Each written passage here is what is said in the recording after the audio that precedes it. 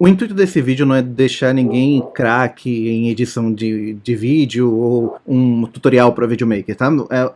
A intenção desse vídeo é mostrar como foi o meu processo para começar a trabalhar com Final Cut. Eu era assinante da Adobe durante muitos anos. De vez em quando eu fazia algumas edições de vídeos usando o Premiere, algumas remoções, efeitinhos aqui e ali usando After Effects. E a Adobe estava muito caro, então eu resolvi passar para o Apple Creator Studio e começar a usar o Final Cut. Eu já tinha alguma experiênciazinha com Final Cut aqui e ali, mas nada muito profundo. E eu notei realmente muitos problemas quando eu comecei a migrar, principalmente no que diz respeito a consumo de espaço. Aqui no ajustes do sistema, vocês podem ver que armazenamento, tenho apenas 100 e poucos GB livres. Porque eu tenho muitos aplicativos de trabalho, como desenvolvedor, o Android Studio, Nova, projetos e até mesmo alguns jogos que ficam aqui instalados no meu computador e eu só tenho 512 GB para o meu computador, né? E como a gente sabe, armazenamento para Mac é algo extremamente caro. E SSDs Thunderbolts também são bem caros, né? Então não é tão fácil assim você manipular vídeos em 4K HDR tendo um espaço muito pequeno, usando as configurações padrões do Final Cut. Bom, o primeiro ponto que eu vou fazer aqui, para poder a gente ter de exemplo, e não é bem uma questão do Final Cut, é mais uma dica, é usar o YT-DLP para poder baixar vídeos do YouTube. Eu vou baixar um vídeo aqui da WWDC do ano passado, para a gente poder editar e poder ficar testando algumas coisas aqui. Então a primeira coisa que eu vou fazer é instalar o Homebrew. Na verdade eu já tenho o Homebrew instalado, tá? Se você não tiver o Homebrew instalado, vai lá em brew.sh. O Homebrew nada mais é do que um gerenciador de pacotes, ou seja, é um facilitador de instalação de coisas que tem na internet, a grande maioria de código aberto, e você pode instalar algumas aplicações de terminal, e algumas não só de terminal, mas muitas aplicações de terminal diretamente pelo Homebrew, de uma forma completamente segura, tá? E no caso, eu vou baixar o YT-DLP, que é uma ferramenta gratuita de código aberto, para você baixar vídeos do YouTube com alta qualidade. Então eu tenho aqui, na verdade eu já tenho tanto o Brew quanto o YDLP instalado, mas é bem simples, tá? Pega aqui o Brew, copia isso daqui, cola, já vai funcionar sem problema. E aí ele vai, na verdade ele vai ter uma instalaçãozinha, é só você ir lá, apertar Y, não tem problema nenhum, é fácil de instalar. Uma vez instalado o Homebrew, é só fazer brew install YT-DLP. Eu vou deixar todos os comandos que eu vou utilizar na descrição do vídeo, então vou botar aqui brew install YT-DLP, ele vai fazer a instalação, na verdade já está instalado, né? Então só vai dar um warning aqui para mim. E eu vou copiar aqui, ó, esse comando que está aqui no canto. Esse comando é justamente um comando para baixar o vídeo, né? Então é basicamente YT-DLP -F best video, best áudio, para poder ver a melhor qualidade possível. Merge Out Format Output, Format, que é MP4, por quê? Porque o YouTube, geralmente a versão com mais qualidade está em WebM, e o Final Cut ele não lida muito bem com WebM, acho que nem roda na verdade, então é bom a gente já fazer essa conversão para MP4 aqui. Pode ser que precise instalar o FFmpeg, mas é a mesma coisa, tá? Brew install FFmpeg, que é um conversorzinho de código aberto para terminal também, uma dependência que pode ser usada para várias coisas, tá? Mas baixei aqui, quer dizer, vou botar para baixar, e é só esperar o download. Download finalizado, ele está aqui, ó, na minha pasta de download, tá? O arquivo em MP4 bonitinho. Ok, então eu baixei o vídeo da WWDC, que é o que a gente vai utilizar para poder testar algumas coisas do Final Cut. Bom, mas o intuito, como eu falei, né, é principalmente mostrar como melhorar a performance para você que tem um Mac que usa a edição de vídeo de uma forma mais esporádica como eu. No caso, eu estou aqui com um MacBook Pro M3 Pro, com 18 GB de RAM. Então, assim, tem gente que vai usar no M1 para editar filmes Full HD, vai ter gente que vai estar no M2 também, não necessariamente um Pro ou Max, então é interessante também isso daqui, não apenas no meu caso. Vou abrir o Final Cut para poder reiniciar toda a configuração dele. Eu vou segurar a tecla Command e Option, e aí eu vou redefinir todas as configurações do Final Cut. Ele até gera aqui um diagnóstico, porque ele compreende que se você quer redefinir, é porque provavelmente você teve algum problema e quer enviar essas informações para a Apple por algum motivo, para falar de algum bug, tá? Ele não fechou as coisas aqui não, tá? Só minimizou. Deixa eu botar aqui pra... Esse aqui eu posso fechar, não vou precisar mais. Beleza, ele tá mostrando o What's New, né? O que tem de novo dentro do Final Cut Pro. Tung Tung. Bom, essa é a tela inicial, ela é bem padrão, digamos assim, em relação a outros editores de vídeo. Ou seja, eu tenho a areazinha lá onde está as minhas trilhas, tenho uma areazinha para mídia, tenho uma areazinha para visualização e a área de inspeção, tá? Não tem nada de novo. Mas a primeira coisa que a gente vai fazer é configurar ele. Se vocês olharem aqui no cantinho superior, aqui na parte direita, eu tenho uma tela, um painel, na verdade, de ações que são rodadas em segundo plano. Transcrição, importação de mídia, todas essas coisas aí rodam em segundo plano, e isso daqui consome uma quantidade relativamente grande de memória, e não apenas memória RAM, mas também memória cache. Memória cache, como a gente sabe, vai utilizar do SSD, e aí para quem tem apenas 100 GB disponível, não vai dar. Então o que a gente vai fazer, tá? Eu vou aqui em Final Cut Pro e vou em Settings. Não preciso mexer em General, nem em Editing, apenas em Playback e Import. Então eu vou aqui em Playback, e eu vou tirar Background Render. Por quê? Uma das coisas que deixa o Final Cut Pro bem ágil é porque ele vai renderizando o vídeo conforme você vai trabalhando nele. Então, por exemplo, quando eu estou no Premiere, eu termino a edição toda do vídeo, jogo ele lá para o encoder lá da Adobe, e aí quando eu jogo ele para o Media Encoder é que ele realmente vai fazer a renderização completa daquele vídeo.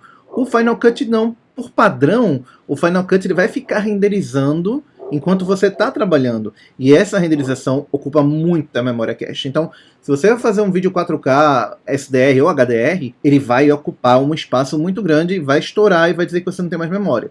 Então, a primeira coisa é, tira isso daqui, para ele não ficar rodando em background. Se você tiver espaço, tá? Você tem um SSD externo Thunderbolt 4, 5. Beleza. Aí sim, faz sentido você deixar o background render, porque na hora de compartilhar é somente você exportar e acabou. Já vai ser extremamente rápido para poder fazer isso. Em segundo ponto, eu vou aqui em Import e eu vou tirar a opção de Copy to Library Storage Location e deixar Leave Files in Place.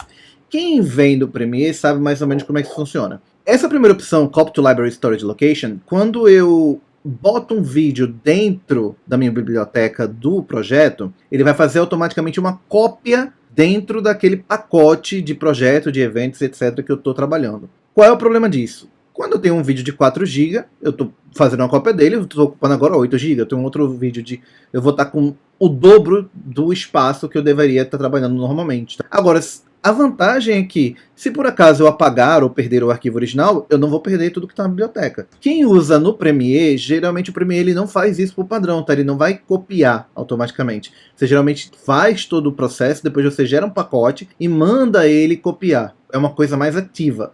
E aqui, por padrão, é uma coisa mais passiva no Final Cut. Então o que eu faço é deixar Leave Files in Place e deixar que eu administre isso, certo? E aqui eu tenho uma outra parte que pode ser um pouco custosa, principalmente quando você está trabalhando com vídeos muito longos. Então, a gente vai trabalhar com o vídeo da WWDC, ele tem mais de 1 hora. E aí o Visual Search e o Analyze Audio, ele vai ser um pouco pesado para rodar em segundo plano em um vídeo tão longo, tá? Se eu tiver vários videozinhos pequenos, assim, um videozinho aqui de 2, outro de 10 minutos, um de 15 minutos, eu posso deixar esse aqui ligado sem problema. Mas como eu vou trabalhar com um vídeo muito longo, eu vou tirar tanto o Visual Search, que ele é a indexação, basicamente, para você poder procurar assim, vá para a parte do vídeo que tem um carro, tá? Vá para a parte do vídeo que aparece um computador, vá para a parte do vídeo que aparece tal coisa. Então ele é uma busca, na verdade. E aí eu tenho também a parte de Find People e tal. E vou desativar o Transcribe in English. Isso daqui também é para poder localizar alguma coisa, tá? Então ele transcreve o vídeo para que fique fácil de você encontrar ele um momento pelo som, tá? Então, vá no momento em que foi dito tal coisa. E aí aquela tal coisa ele vai automaticamente para aquela posição do vídeo e facilitando você encontrar. Então assim, como eu falei, mas se você estiver trabalhando num, sei lá, um M4 Max, você não vai ter esse problema, né? Mas para quem está trabalhando lá no Pro, edita vídeo esporádico, é bom você desabilitar todas as opções que eu mostrei, tá? Esse é o ponto principal. Com isso daí você vai conseguir editar um videozinho 4K HDR a 30 FPS sem nenhum problema, tá? Até uns 20, 30, 40 minutos você não vai ter problemas maiores para poder fazer a edição. Com esses 100 GB que eu tenho liberado aqui. Agora, vamos lá. Vamos para a parte mesmo prática, né? De edição mesmo. Então aqui eu vou na área de Create Library. Primeira coisa que eu tenho que fazer, tá? ela é um pouquinho diferente do que a gente está acostumado na maioria dos editores de vídeo. Então você não vai ter exatamente apenas o projeto, você vai ter uma biblioteca onde vai ter vários projetos dentro. Essa biblioteca pode ser salvada, feito backup, depois você pode guardar ou armazenar, mexer em várias bibliotecas. Simplesmente você pode criar ou abrir uma, tá? Eu tenho até uma aqui, que é a que eu uso normalmente, mas eu posso fechar, abrir, criar outra, tá? Para poder organizar. Então você pode ter, por exemplo, uma biblioteca para cada tipo de vídeo, ou uma biblioteca para cada cliente, né, se for o caso. Seja lá o que você achar melhor para você organizar. Eu vou colocar aqui uma nova, vou criar com o nome demo. Beleza, já está criada, tá? Que é só uma alertazinha aqui que tem uma nova busca inteligente. Mas tudo bem, que é justamente aquilo que a gente desativou, né? Primeiro ponto, quando você trabalha com SDR e HDR aqui, você não pode simplesmente escolher um projeto, vou lá, mexo, não. Aqui é pela biblioteca, tá? Então você tem que configurar para que a biblioteca ela trabalhe com HDR. Eu estou aqui na biblioteca demo e no lado direito aqui nas propriedades eu já tenho uma opçãozinha aqui, ó, Demo Standard Gamut SDR. Só para deixar claro, tá? Quando a gente fala SDR e HDR, eu não estou falando daquela técnica usada em fotografia de você ter 3 fotos ou mais em diferentes quantidades de exposição e você montar a imagem, tá? Não é esse HDR que eu estou falando. Eu estou falando do High Dynamic Range, ou seja, eu estou falando realmente de você ter um preto muito preto e um branco muito branco, que geralmente você tem que ter aquelas telas HDR 1000, HDR 1200. O que acontece com o iPhone quando você está assistindo um vídeo no Instagram, por exemplo, e tem um vídeo que está super claro, e com mais cores também, né? Você acaba tendo uma quantidade muito maior de cores, aquele verde bem vivo, aquele azul bem vivo. Isso é HDR, tá? Se você não tiver um monitor compatível com HDR, ou seja, não estiver utilizando nem o XDR, nem o monitor compatível com HDR, não adianta você tentar editar em HDR, você não vai ver as cores corretamente, tá? Os monitores, os displays padrões da própria Apple dentro do XDR, né, que é o MacBook Pro, tem esse suporte integral HDR, se não me engano, 1200 nits, com pico de 1600 nits, dentro certo o brilho, tá? E você não vai ter problema. Mas é muito legal editar vídeos em HDR, você vai estar dando uma coisa a mais justamente para quem utiliza telas HDR, como as televisões modernas, um MacBook, até um celular Android topo de linha, tá? Geralmente telas OLED também trabalham bem com HDR, então modifica aqui, ó, escolhe, ó, eu quero o formato HDR, tá? Beleza, tem que lembrar disso, tá? Você não pode criar um projeto, ou importar alguma coisa sem configurar o seu evento para que ele trabalhe com HDR. Isso é um ponto que eu demorei um pouquinho para entender e para achar, tá? Onde que tem essa questão de HDR aqui dentro do Final Cut. Então, na verdade, não basta apenas você escolher o projeto, configurar ele, não. O seu evento tem que estar preparado para trabalhar com HDR. E agora vamos criar um novo evento. O que é o evento? Tá? O evento nada mais é do que uma forma de organização de projeto. Então eu tenho aqui, por padrão, eu tenho aqui o evento com uma data.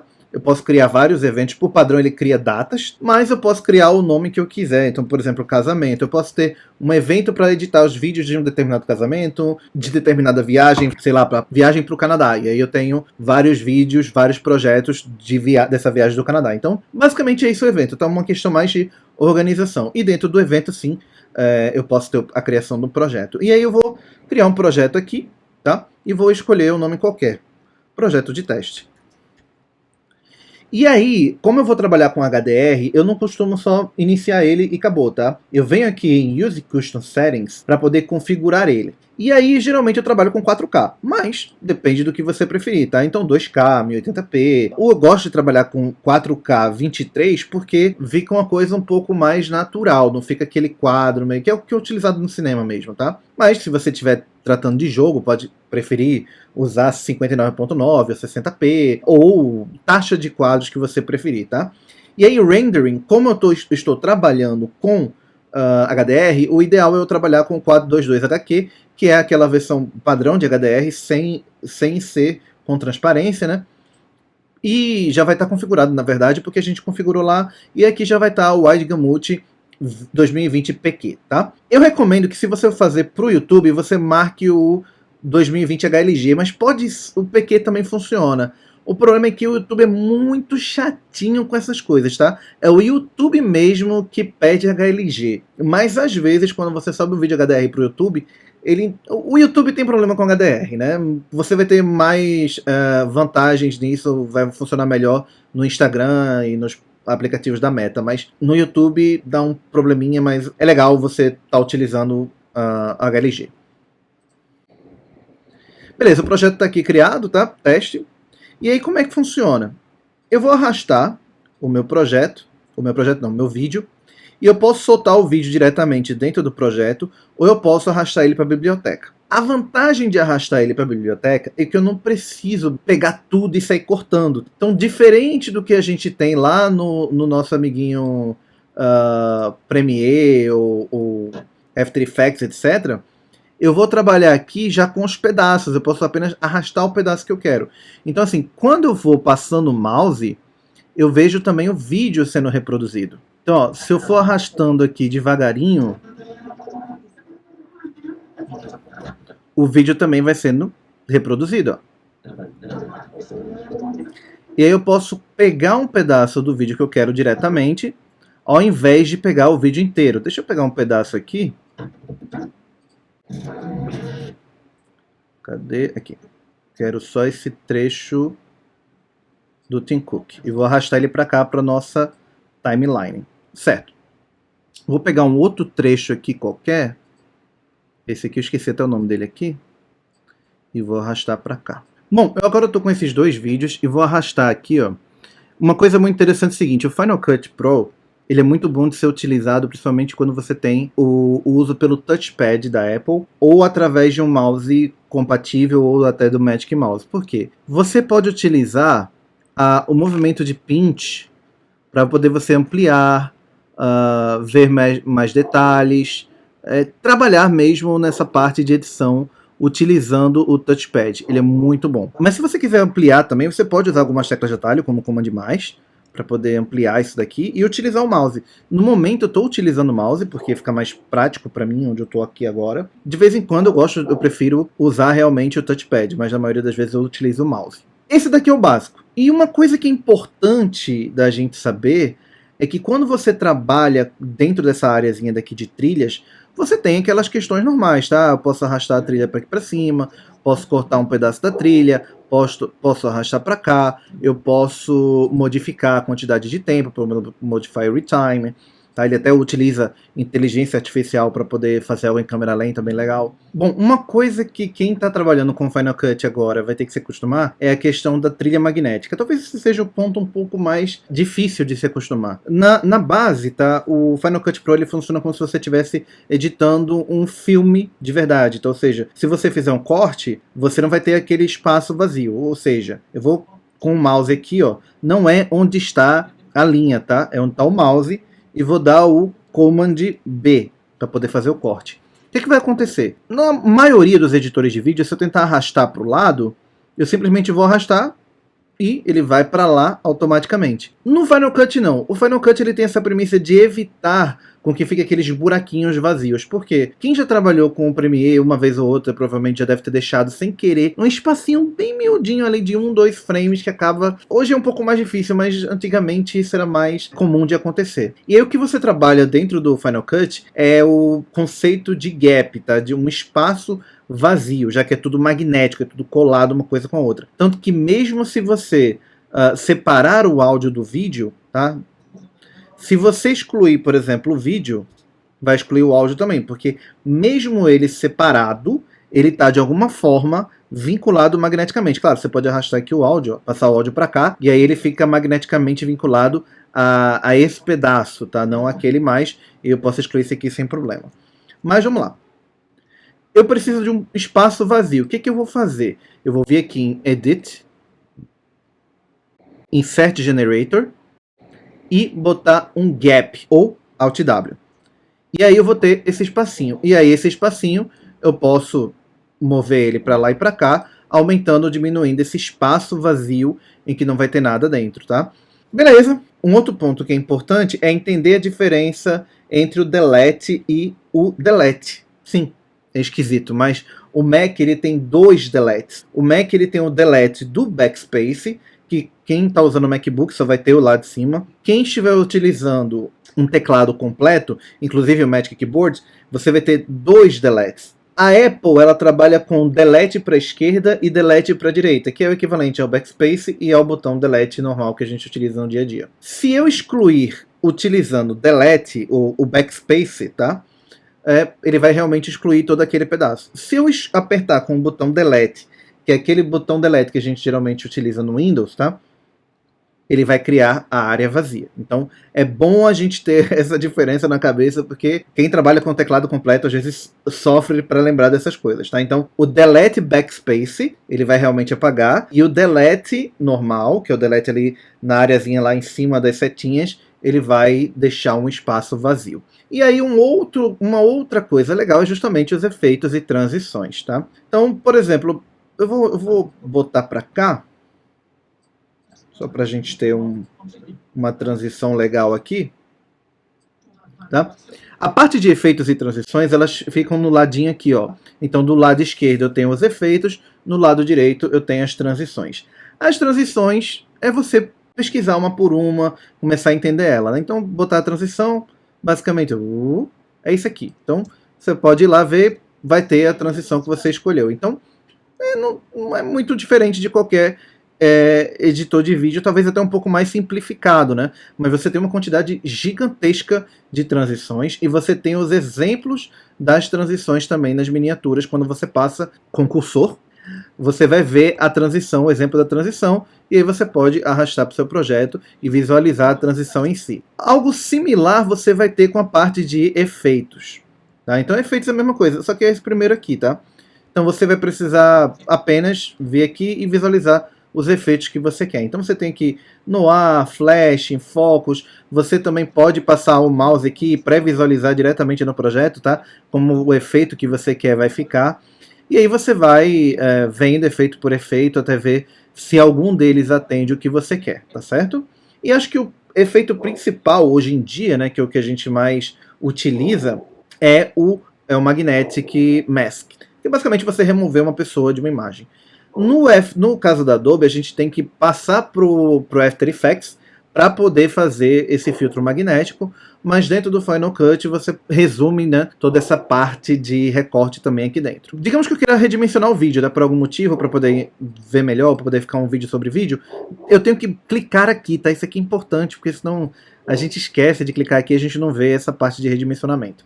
Mas por que eu estou redimensionando? Porque a minha ideia é colocar o Tim Cook aqui do lado do cara que eu esqueci o nome. Espero que ele não fique irritado comigo. E eu vou botar realmente um filtro magnético para poder tirar o Tim Cook dessa área aqui. Então eu vou aqui na parte de efeitos e vou escolher aqui Magnetic Mask, tá? E vou apertar aqui no Tim Cook. Bom, se eu arrastar direto para o objeto que eu quero fazer a máscara, ele já seleciona esse objeto, tá? Mas eu posso ir colocando aqui, ó, pontos para determinar o que faz parte desse objeto e segurar Alt se eu quiser determinar uma área para que esse objeto não, a parte que não seja capturada. E aí é só mandar analisar.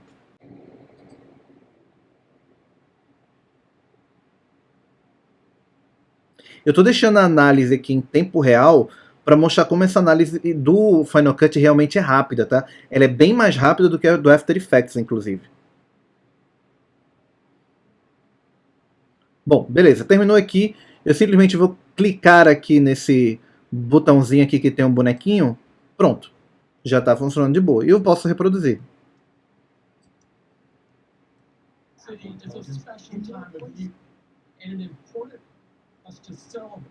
Tá, eu devia ter mudado um pouquinho nesse momento, né, já que dá o zoom.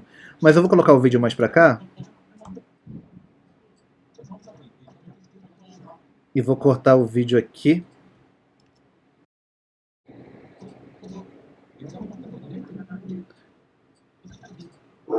E vou redimensionar ele aqui.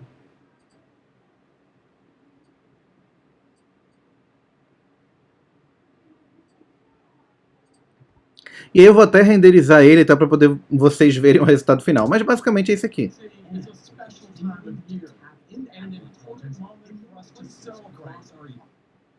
Muito fácil, né? Essa parte daqui é uma das minhas favoritas do Final Cut. Bom, era basicamente isso que eu queria mostrar. Ah, não, tem uma coisa muito importante, tá? Tem mais uma coisa. A parte de exportação do vídeo, né? Bom, eu tenho aqui um botãozinho aqui já para compartilhar, que ele já tem algumas opções padrões, tá? De social platforms, etc. Eu não recomendo usar os social platforms quando você está trabalhando com HDR, justamente porque ele tende a sempre colocar em SDR. Então o que você faz? Você clica aqui no projeto, pode ser no teste mesmo, no projeto em si, né? E aí você vai lá em File e escolhe a opção Share. E dentro de Share você bota em Export File. E aí vai mostrar as opções. Então vou aqui em Settings, e aí eu escolho quais são as opções que eu quero. Então, por exemplo, 422 HQ, já que eu não tenho opção de HLG, tá? Mas importante que esteja em REC 2020 HLG, porque é o padrão que o YouTube suporta. E aí eu simplesmente vou em Next e exporto.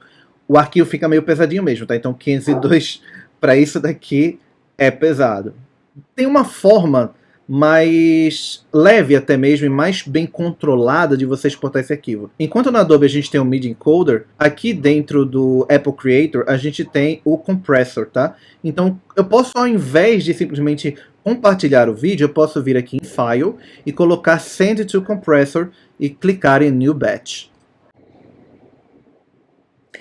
Entre aspas, Compressor ele seria o Media Encoder da Apple.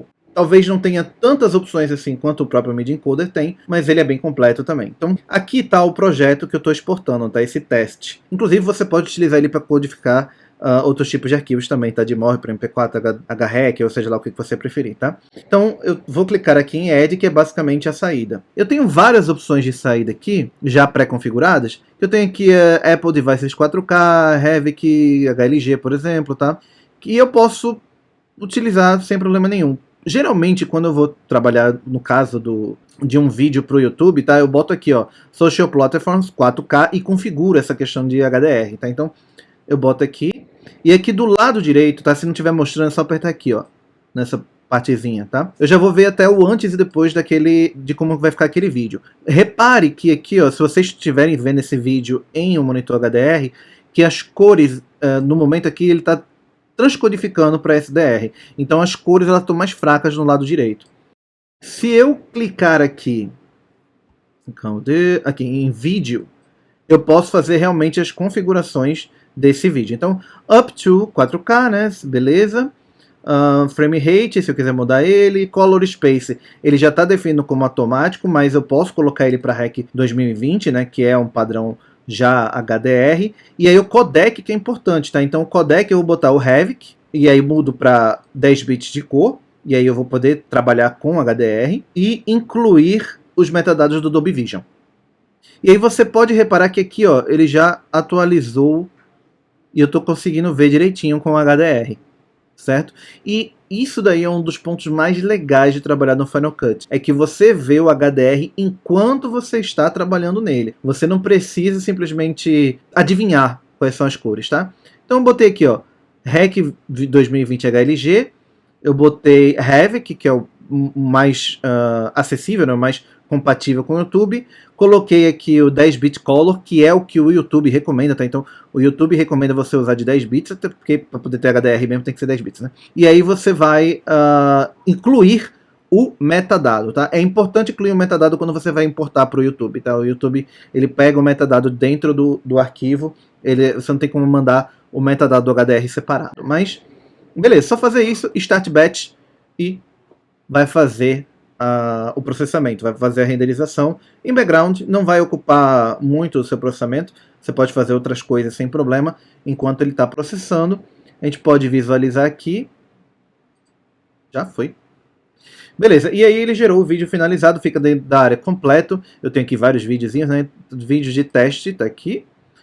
Opa, vamos ver onde é que ele salvou, já tá aqui. Eu clico aqui nesse botãozinho, vejo onde é que ele tá. Pronto. Em HDR, bonitinho. Que, se você não viu, ó, quando eu abro o vídeo, ó, aqui no cantinho HDR, informaçãozinha.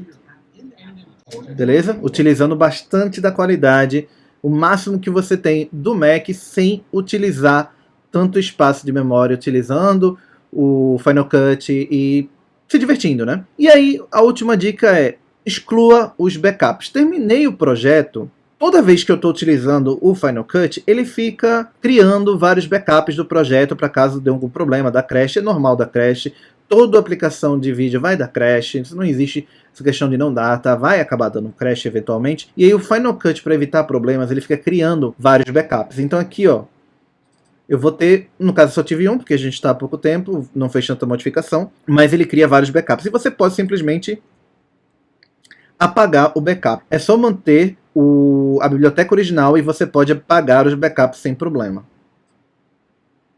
Beleza? Você pode ter várias bibliotecas, tá? Você pode, se quiser, eventualmente fechar a biblioteca. Então você pode fechar a biblioteca, criar nova, abrir outra. É tudo bem simples de você manipular, de fazer backups, etc. Só mais uma coisinha até que eu esqueci. Eu acho que é interessante eu mostrar. Deixa eu abrir aqui a biblioteca demo. Eu acho que eu não mostrei a parte de textos, né?